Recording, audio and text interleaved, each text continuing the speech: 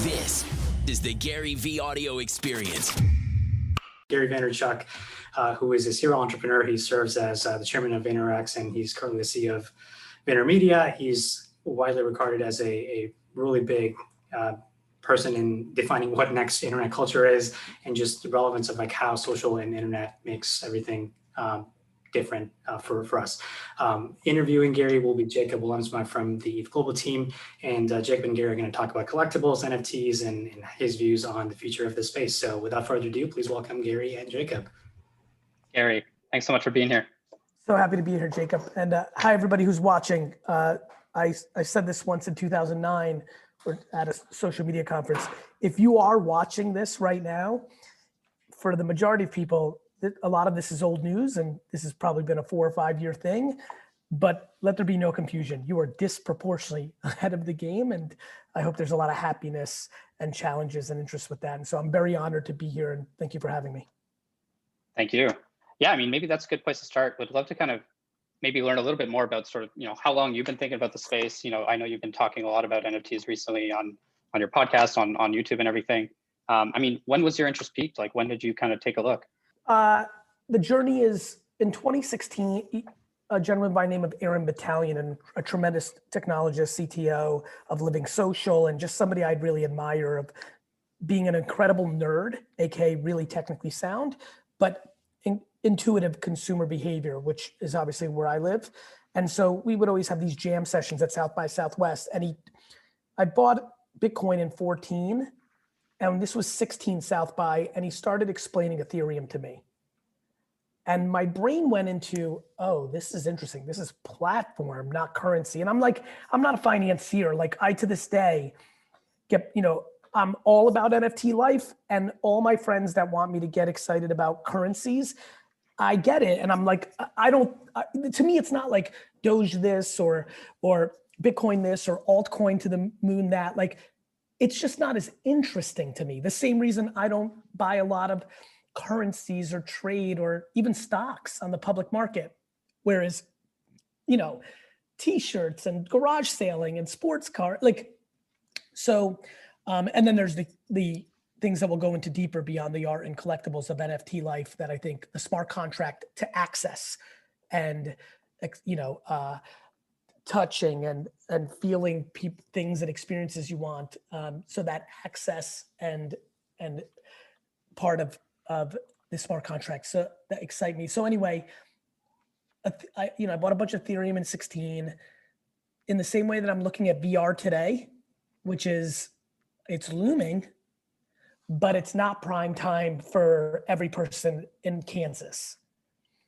That's my game. I'm listening and watching, and I always hate when I enter a new space at this point in my career, because I have the baggage of my career. And so I've been trying to be very thoughtful about that, because I get upset when I do something, and I'm so appreciative. I'm humbled that people, even this beautiful intro, Kartik, I understand that I've done nice and well and have done, but I always think I'm only as good as my new at bat. And if I come into this space and I'm a clown and and I'm wrong, it erases everything I've ever done. You're only as good as your next day, right? So I've come in somewhere around February, March, April, COVID time. I'm like, wait a minute, that NFT thing that I've kind of really far away. I know what crypto kitties are. I remember looking at that carefully. This is starting to happen a little bit. And then I had a conversation with Roham from Dapper and Top Shot, and I'm like, and I was in the heat of my sports card thing, physical. Right. That's interesting. And then the fall came, and all this time, what really fucked me up was COVID. I'm this, a lot of times people forget, for all my loud mouth tactics and putting out tons of content, I'm the active CEO of a 1,300 person global company that and it's client service. It's not even like tech 1,300, which is a hell of a lot easier to manage. You're just fucking getting bombarded by people. So, navigating, being the captain of really rocky waters during COVID and then I decided with Michael Rubin from Fanatics to do the All-In Challenge, and we raised $60 million, to help people that were hungry during COVID. So I had 0.0 minutes, March to August, to what I wanted to do, which was like, why is my spidey senses? Then the fall came, we navigated all that trauma, and I actually saw offense for VaynerX for 2021. Mm-hmm. So then I got suckered again into like putting in extra hours towards, wait a minute, I could set up a nice year for us. That's probably a good idea. Then it was late December. I feel like I've got that all accomplished. And I'm like, okay, I'm going to really dig in now. And I started doing real homework, and I started having some, friends, that I started kind of DMing quietly some friends. Kevin Rose was instrumental, got into the founder of dig.com, truly one of the icons of Web 2.0. Him and I spent a ton of time talking about it. He was instrumental in like, check out Flamingo, check out this. I'm going to introduce you to Matt from CryptoPunk. I'm like, okay, like it just started feeling 2005 to me. Then, I put out a little piece of content or two, which allowed me with my, awareness these days to make some new friends. Jeff Holmberg, I just have to give him a shout out, kid that I spent a lot of times talking about CryptoPunks and hash masks with. And I'm a learner. Totally. I'm a learner from the bottom up. I can't learn from like a tech backwards place. I have to go from what are humans doing, and then I go backwards up. I'll learn about level 2 issues by understanding, like trying to buy something and being like, what the fuck's this gas shit? Like that's how I learn. Yep. And I'm also, what my big advantage is I understand people cold. That's my strength. And so, the last 4 months have been 2, 3, 4 o'clock in the morning, canceling important shit and taking another thing. You and I met that way. Like I'm just taking meetings. Yeah. I'm just trying to be part of the community. I got excited. I started talking. Then I was like, shit, I have to start talking way more about what this moment really is, which is the technology's forever, Internet 2000. Some of the stocks, the projects are incredibly overpriced, and there will be absolutely, in this world's terms, ICO crashing culture. Totally. And so I've been trying to put that content out there so people are being thoughtful. I've been learning a lot more about wrapping and forking and burning, and I've really enjoyed it. And so I come to this talk incredibly humble and knowing I'm in the middle of my journey.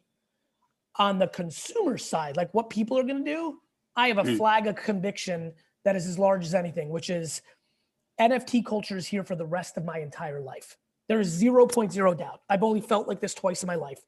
1994, when I heard the internet for the first time, that, and I'm like, yep. In a day, I'm like, this is going to change my life. And sure enough, I'm not building 500 liquor stores for my dad anymore. I'm going to do this winelibrary.com thing. And then Friendster, MySpace, it was a little bit more of a slow burn, but it was definitely when Eric Kastner, my lead developer at winelibrary.com, started making me read TechCrunch. And I was like, okay. And boom, YouTube, he showed me, actually, that's not true. There was a single moment. Eric shows me YouTube and he goes, remember 4 years ago when you were like, can I stream wine videos on our website? And I told you it was $8 trillion and only 2 people would watch. And you were like, no. I'm like, yes. He's like, well, now you can do it for free on this thing.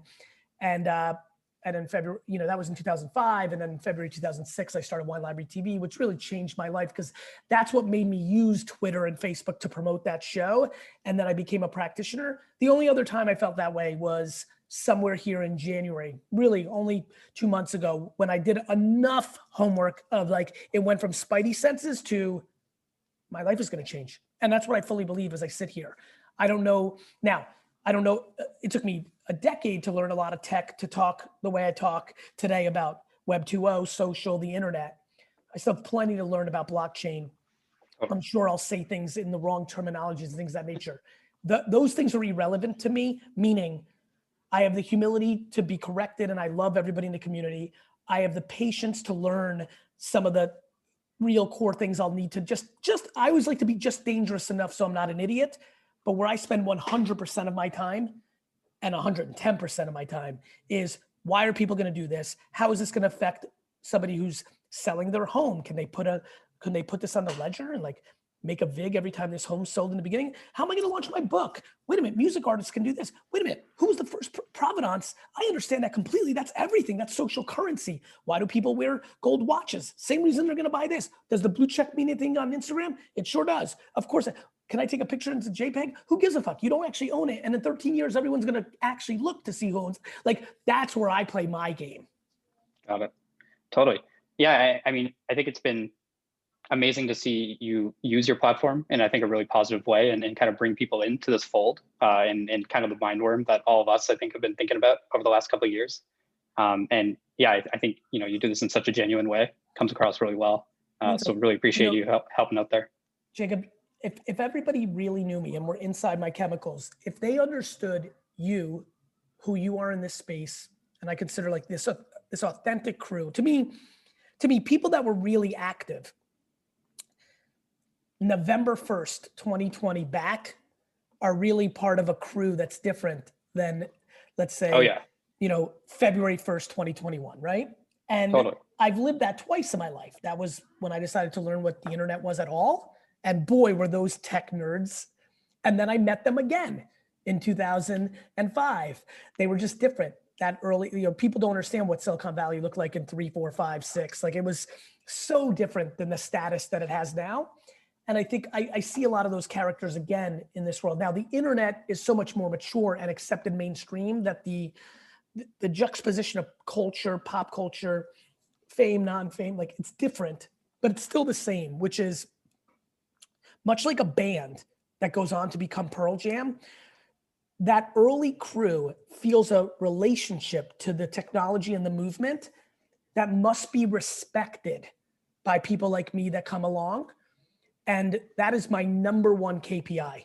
You saying that to me is much more important to me than me doing business well with this platform. So thank you for saying that.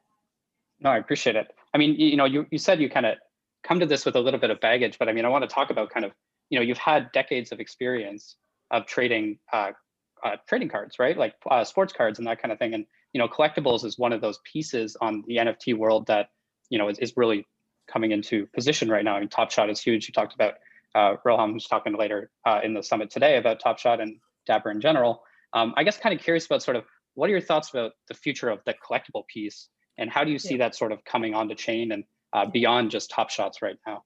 And by the way, to your point, I use baggage as a slang term to an incredible gift that I'm given, which is I have notoriety and respect. And of course that comes along with razzing, and people think I'm, sure, and I get that. But for the most part, what I mean by that is I can't do what I did in 2005, which is go to 6 Apart's blog and ask a question, or go on, right. Or in 2006, 7 being on Twitter. Like, I didn't have the clout, reputation, personal brand, whatever one wants to call it. And what I mean by that is when I say baggage, I use it as, hey, I think too many people are coming into the space acting like tough guys and tough gals, like they know shit. And I'm trying to come in like, hey, I do have conviction of a couple of things I see, I'm not trying to come in here like there's a million people on Twitter that are OGs that can run circles around me on the understanding of the technology of blockchain, sure, and crypto and things of that nature. Where I feel incredibly confident is what people are going to do. And that's why I'll go to this part. Let me go to a place on collectibles that I have not heard people talk about. I have a lot of experience in that. Thank you. I also have a lot of experience in something else that a lot of people know me for, which is garage sailing. Right. And I actually believe that the garage sailing part of me has more insight than even the sports card version of me. And let me explain. When I go garage sailing, I buy things based on knowing that people have nostalgia and pop culture in their blood. And so when I buy a New York City bus pass that has the World Trade Center picture on it, I know there's no inherent real massive value. Or when I buy Huckleberry Hound in a stuffed animal from Knickerbocker, the stuffed animal toy company, for $3, without even looking at it on eBay, I already know that's $40, $50. Now, let me tell you why that story is important. There's going to be, in the advancements, I'm going a little further and beyond collectibles. what I believe is going to happen, I'm sure, given the nature of where we are in the life cycle of NFTs and who's in this conference, outside of the people that just came in from my tweet that are probably going through learning, there's a lot of people here that I think most of the audience here could be giving the talk. That's just what happens in the beginning, which I respect tremendously.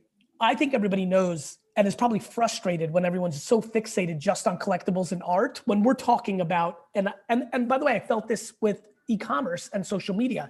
People get fixated on the first thing that makes even any level of sense to them. And then that one of those things become the conversation. I mean, I remember when people talked about the internet in 95, 96, only from the lens of browsers and search engines. Yep.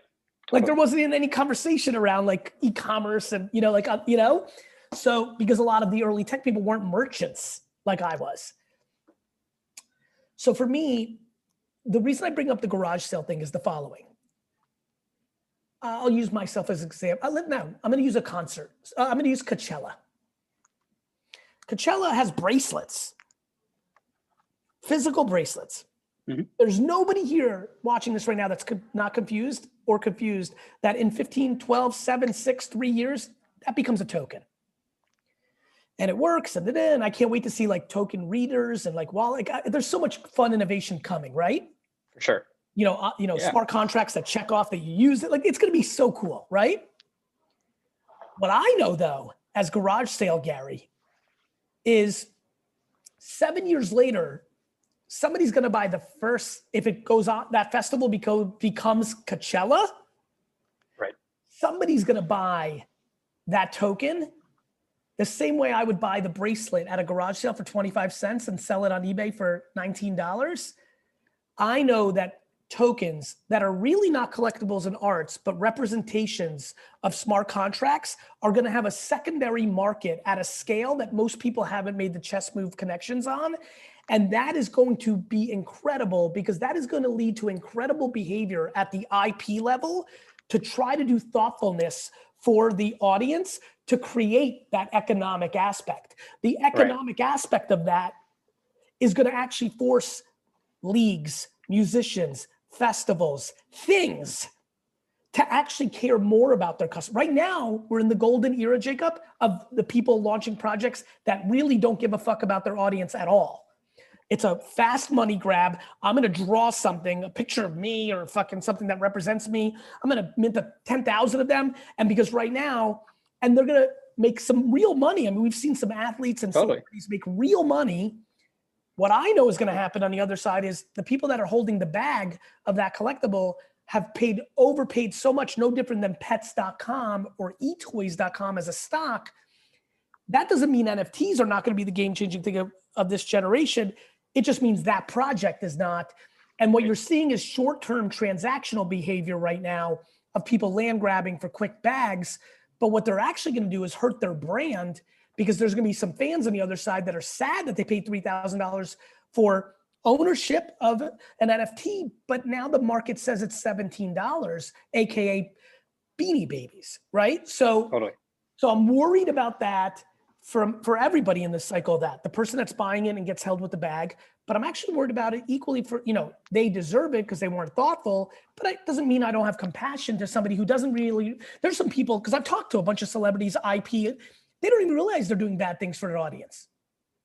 Mm-hmm. They're delusional. They don't understand supply and demand and the moment we're in. So they probably, a lot of them, I could tell, I've had the combos, they actually think they're going to do well. Like, oh, someone's going to pay $88,000 for this, and one day it's going to be worth $2 million. I'm like, first of all, your ego is insane. Second of all, you're very much misunderstanding what's about to happen, which is the tokenization of everything. Do you know how much supply that is? It's no different than influencers, Jacob, right? Influencer marketing, I was right in 2009 when I wrote Crush It. And you have the Logan Pauls and the Charlie D'Amelios, but there are tens of thousands, hundreds of thousands, and millions of people making $50,000 to $200,000 a year being an influencer instead of an accountant or a gardener and loving life. That's going to happen with NFT. That's going to happen with artists. That's going to happen in a lot of places. So I don't know. I think there's a lot of thoughtfulness that needs to come to the market. Here's my thoughts. It is the game changer for collectibles, arts, and pretty much everything in the world. There will be incredible layers of bubbles and no different. It's like the stock market was invented and there'll be plenty of IBMs and GEs and Amazons, and there'll be plenty of Enrons. I mean, there will be Pets.com. right. Totally. I think we all know. Look, personal brands are going to do things. I'll give you an example. This is maybe an extreme example, but if NFTs have been around for 60 years, somebody might have done incredibly well with O.J. Simpson investing when he was a high school football player and he put out his NFTs and they were the rookie cards. And right. in 1991, you look like a genius. You bought something for $3. It's now $7 trillion. And then boom, a moment happens. And like, there's a lot of things that are going to happen with these NFTs, but I think the macro is incredible. And I think when you have people like, I'm glad Roham's coming, what he built with Dapper and Flow and Top Shot, incredible. I think he'll add a lot to that conversation. But my big thing is that we also are now at a place where I, as a 45-year-old man, would rather wear cool sneakers, have comic books that are graded to 10, own video games still in the box graded, sports cards, wear hoodies, wear t-shirts. Like, the culture is becoming more collectible, nerd, fun. Like, the investment portfolio of a 45-year-old man with my wealth 20 years ago was real estate and stocks. Very boring. I have more in sports cards, comic books, toys, NFTs. That, I think, is not going to stop. And I think that's going to lead to a lot more demand than people are anticipating. Very cool. Yeah, I think that totally makes sense. I mean, just the number of assets that people are looking at every day it's an order of magnitude more than it was even like 10 years ago, right? And I think there's no way that's going to stop. It's not going to stop, and people enjoy it now. I enjoy Absolutely my CryptoPunk more than my Tesla stock. I enjoy my Super Mario Brothers in mint condition more than I enjoy my part ownership with my dad in the real estate at Wine Library. I enjoy, and that totally. That part, the mixing of experiences and NFT smart contracts is going to be game changing. Absolutely. Well, maybe a good place to go here. I mean, this is going to be a hackathon, right? We're going to have 600 people building stuff all weekend, and hopefully, 150 or so projects by Sunday. What do you think is missing from the ecosystem right now, or what do you think? What do you want to see built? Right? Like, what do you? First, I want everybody who does something cool to DM me at Gary VEE on Twitter because I want to see it. Perfect. I want to see real life readers. I want to be able to create NFTs that create hall passes in real life. And I want to be able to read your wallet physically, like a scanner at a venue. And then it marks off the ledger that's been used. Like, I want that. Yep. I know there's the roadblocks right now for that. Like, so I'm not naive enough, but like, if you're talking about what's missing, that's definitely coming. That. Totally. I'm very fascinated about the royalties changing based on you paying a different price. Mm-hmm. Just throwing out some random shit right now to get some thinking going. This is good. Yeah, I just think like when you buy something, could you lower its royalty by paying more for it up front? Like that. I think that's kind of cool. The physical, I like what the artifacts people are doing. I think I'm a big both and guy. I think there's this war right now of or, like, no, like the art, like I'm going to still buy this shit and I'm going to buy a ton of, like, so anybody who can capture things that create an ecosystem for, and let me throw an old world problem at it. Can somebody create the operating system for warehouses that can take on all the physical versions of the digital in a world where a lot of people want to stay anonymous and don't even want to take ownership of the physical? I'm thinking about projects that, custodials, thank you. That's interesting to me. That's like a boring tech operating system that can turn old warehouses into something very valuable. That might be fun. And I've got a big one. I need this one. I want somebody to create the communication layer. I want to be like, I'm going to launch a project. I want to be able to talk every day to my 4,000 people in a DeFi way, in a decentralized way, and not have to force them into a Discord or something. Like, I want to be able to say right this second, I launched a project. I want to say hello to somebody. Like, so in wallet communication structure, I think is huge. Like on the spot communities. Based I want to just basically be like, yo, thank you again for supporting my thing. Or all of you right now, here's a link. Like, I want to support my thing, and a lot of good things are happening. Totally. I want to be able to communicate to them. That's huge for me, actually. That one's actually, that's my kill. That to me is how you start the social networks, the Reddits, the Discords of the world in this game. Let me talk to the people that bought my shit. Yeah, it's amazing to see the communities that have formed around CryptoPunks or Hashmax or everything. But that's because Discord link on the site, dude, you get it? Yeah. I'm talking. But it could just happen. Yeah, because don't forget, 4 years later, I'm not following where these transactions have gone. I might get a little money, and I know it's happening, but I don't know that Jacob sold it to Kartik. And when I want to do something for the people that own my shit right now, I want Kartik there, not Jacob because he went into my Discord but no longer owns it. So that to me is huge. Totally. Now I can see that. This sucks. All right, folks. I have to go. Yeah, I know what you're. Thank you. You're being sweet. No, I have a hard stop at 1:30, but I just looked. I'm like, fuck. By the way, anybody who's watching this, please hit me up on Twitter to just say hello. I'm. The word I would use is desperate and honored to be a tiny piece of this community and want to make more friends and would love to get anybody's thoughts on anything they heard. And I definitely want to see if Kartik thought I said anything interesting before I leave. You want to jump in, Kartik? No, I want to say I think the coolest part of this is that I think we're finally getting to the piece where people are thinking about it from what the interaction looks like for the end consumer of that content, whatever that may be, whether that's art or a way to integrate into a community.